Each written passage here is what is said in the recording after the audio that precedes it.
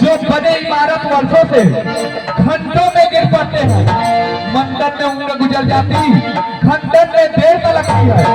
इसलिए गर्व वे करते हैं जो मंडन करने वाले हैं।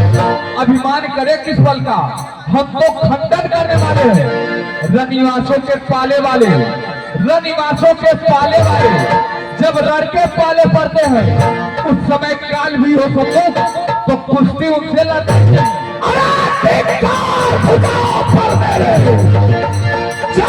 तुझ पर नहीं प्यार किया, हाँ प्यार कुल्हाड़ा या मेरा, जो तेरा नहीं सकार किया है, नहीं सवाल अब्बाल होता। जब खुद को मरना चाहता है, तब तेरा कोई दोस्त तेरा फरसा अब इसे छाता है।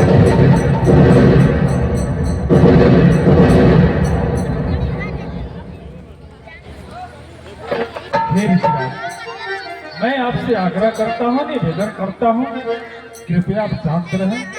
मेरा लखन अभी अबोध बालक है, इसलिए हम आपसे क्षमा प्रार्थी हैं। हाँ ऋषिराज। हे ऋषिवर, आपके आग्रह पर हम इसको छोड़े देते हैं। अब तक जो हमने क्रोध किया, अब उसको वापस लेते।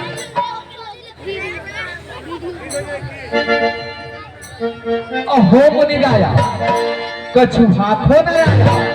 श्री राम भैया मुस्कुराए, बोले बाबा तिली।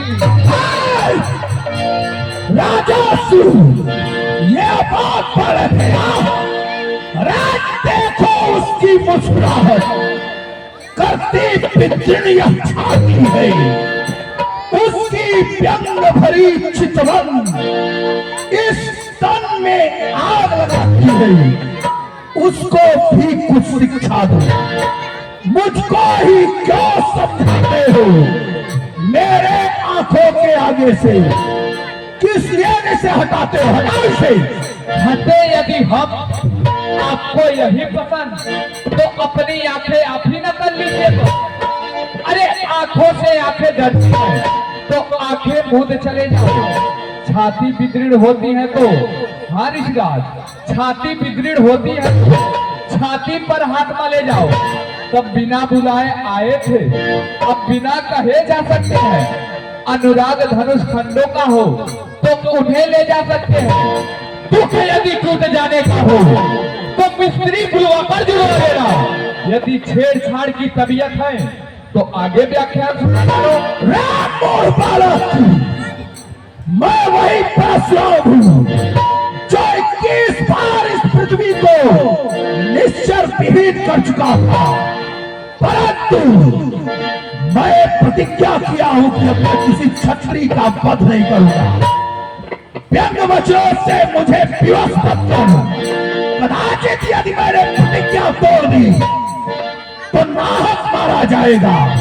अरे सच, क्या अपनी माता को निपुता करना चाहता है, परंतु तुझ जैसे पिसैले वृक्ष को काट देना ही उचित है, और मैं तुझे अवश्य मारूंगा।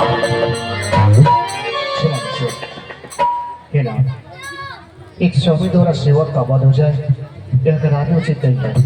समझो, मैं आपसे कहता हूँ, अपने दासों का लोहो दिए, कहता में भला क्या फर्ज थी। रघुनाथ हमारी गर्दन तो छाया में है अब फर्ज।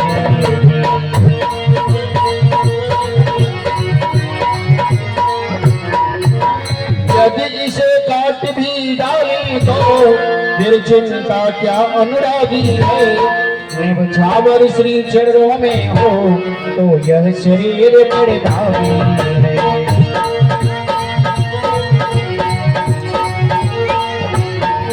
हम करें ब्राह्मणों की सेवा, स्वामी यह धर्म हमारा है।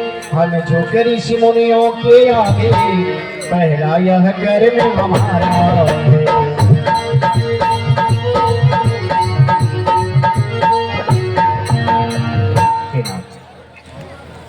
एक स्वामी द्वारा सेवक का वध हो जाए, यह कदापि उचित नहीं है।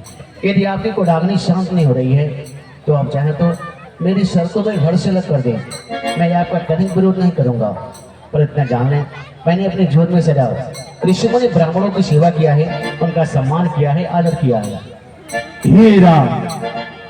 हे राम तुम्हारी बात नरमाई मुझ में आती है। तुम्हारे भाई को, पर देख तुम्हारे भाई को गरमाई फिर आ जाती है। देखो उस और देखो, वो भी तो मुस्कुराता है, उसका मुस्कुराना रह रहकर मुझ पर बिजलियां गिराता है। मैं पत्थर सा खड़ा हुआ दुविधा में चीख पड़ा है। अब बस इसे मार डालूं, यही सोच रखा है। पर यह क्या हुआ, जो पाँव न आगे बढ़ता है भरसा पहाड़ हो गया, जो नहीं उठाए अभी ऋषिराज, अभी तो इतना ढिंग मार रहे थे, मैंने इन क्षत्रियों को एक किया है, ओ किया है, 21 बार विहीन कर दिया है इस पृथ्वी से। जब एक क्षत्रिय के पुत्र की वध करने की बारी आए तो आपका फरसा नहीं उठ रहा।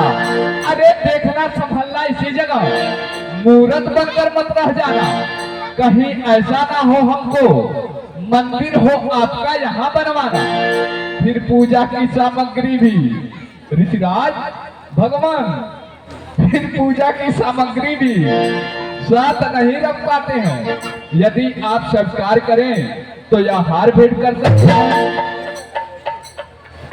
स्वीकार है? भाई तो मुझ पर फेंक रहा, और तू मीठी मीठी बातों से चोटों को मेरे से कहा। अरे एक है धर्म तो दूसरा है धर्म, क्या कुटिल नीति है दोनों की। आप विश्वामित्र देख रहे हो चालाकी अपने चेहरे की। अब अपने इस फरसे को भाषा पर ही चलाइएगा, मुझे वर्णमाला में से यह अक्षर निकलवाइएगा। बलिहारी खिंचावट तो देखो, कहते हैं राम नाम क्या है, जो नाम एक ब्राह्मण का क्षत्रिय का वही नाम क्यों? ये भी राम कहते हैं, मेरे नाम को छीन कर मुझ पर ही धाक चलाते हैं, इसलिए नहीं रहेंगे दोरा। हे राम इसी वक्त करो संग्राम, अन्यथा जगत को मत बहकाओ। त्याग दो राम का नाम, बात युद्ध तो हो गया, अब बाढ़ युद्ध हो रहा, राही निर्णय करेगा कौन।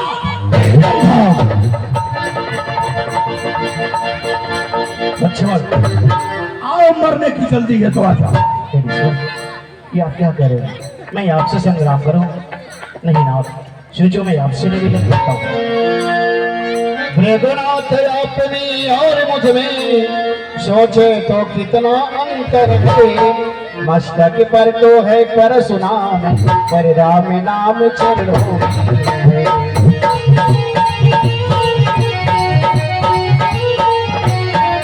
मेरा में आप है परशुराम, कहिए तो किसका नाम बड़ा, वही तो बड़ा कहाता है, होता है जिसका नाम बड़ा।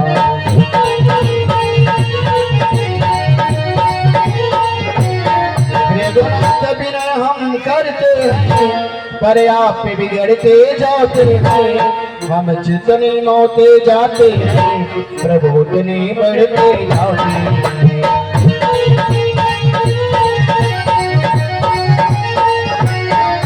आत्मा प्रशंसा रौस नहीं, अपना स्वभाव कहते हैं हम, अत्यधिक छेड़ता है कोई तो मौन नहीं रहते हैं।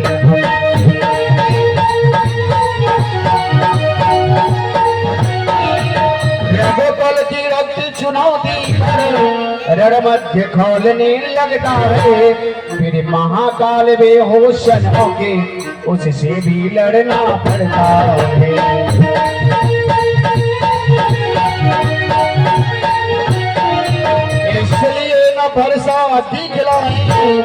उससे न कभी हम डरते हैं। हाँ एक शस्त्र दिजवर पर है जिसका हमें आदर करती है।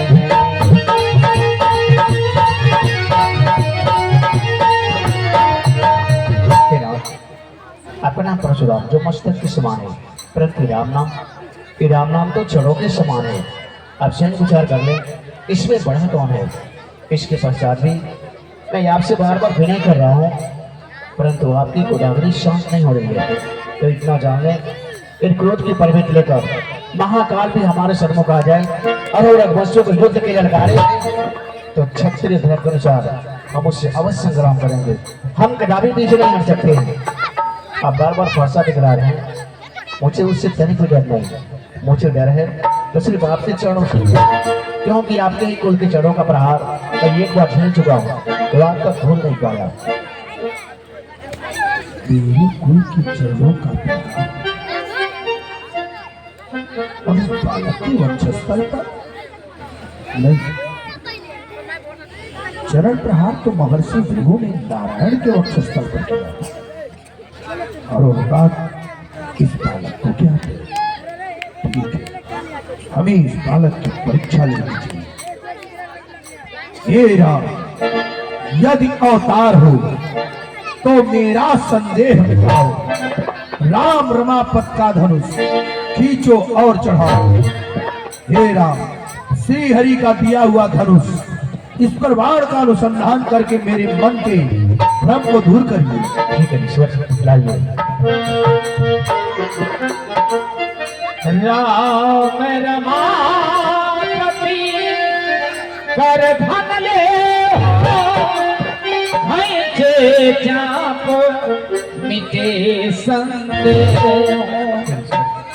आप तो जानते हैं ये वैष्णव बाण जहाँ भी जाएगा वहाँ विनाश ही करेगा, और यह बाण आपको नहीं छोड़ सकता। अब बताइए मैं इस बाण को कहाँ छोड़ूं? आपके पास जो मन की गति से सर्वत्र आने जाने की क्षमता है उसका नाश करूं, या जो आपने तपस्या से पुण्य लोक अर्जित किया है उसका नाश करूं? भैया, विषराज हम लोगों को देखना नहीं चाहते हैं, इसलिए यह बाण विषराज की आंखों में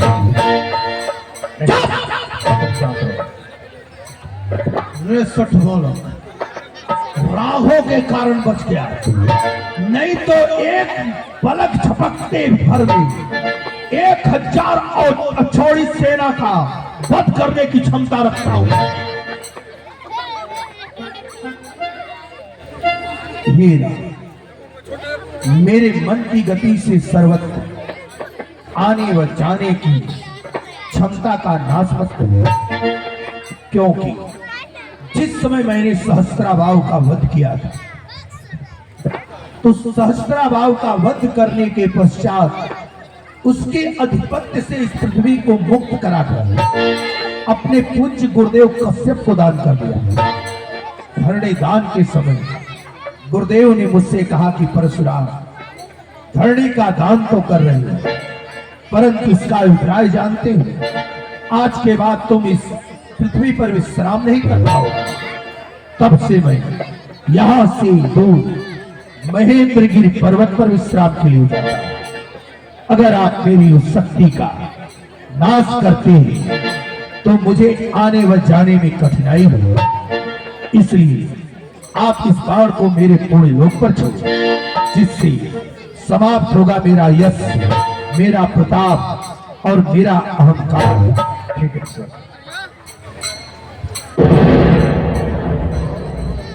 देख चापया कहीं चली गए हो, परशुराम मन विषम गए हो। अनंत ब्रह्म राम के रूप में अवतरित हुए और हमने इन्हें इतना कटु वचन कहा, हमें तो इनकी आरती करनी चाहिए। ऐसा ही करता हूं। हरि रघुकुल में ईश्वर समान हो, हे राम तुम्हारी जय हो। रघुकुल में ईश्वर समान हो, हे राम तुम्हारी जय हो। हे राम तुम्हारी जय हो, हे राम तुम्हारी जय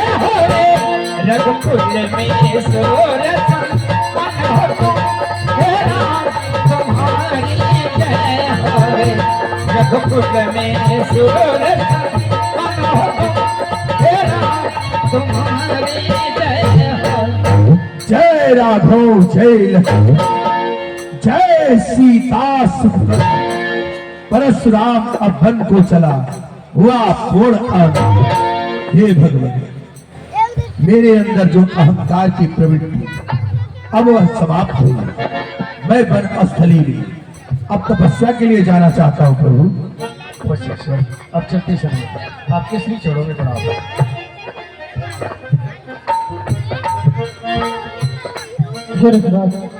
चलते समय आपके श्री चरणों में हमारा प्रणाम स्वीकार। यशस्वी भव राजन, आइए गांधी तने गले से गले मिला जाए। आइए ऋषिराज।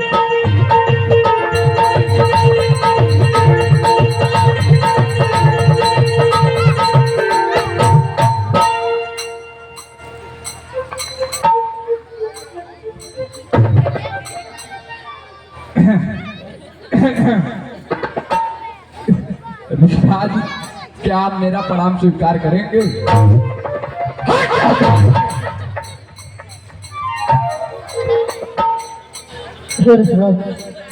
आगे में क्या करना चाहिए, मार्गदर्शन करें। हे राजन, वैसे तो राम और सीता का विवाह हो गया है,